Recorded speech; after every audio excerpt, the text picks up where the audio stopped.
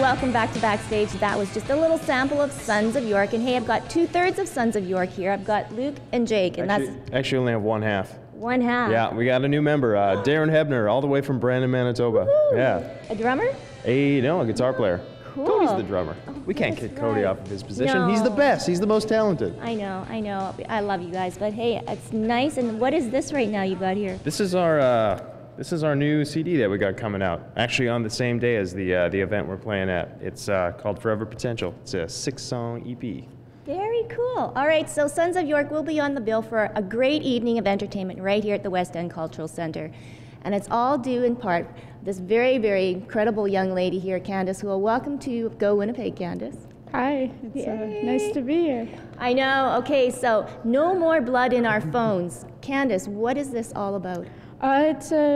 We're holding a benefit concert to raise awareness for what's happening in the Congo.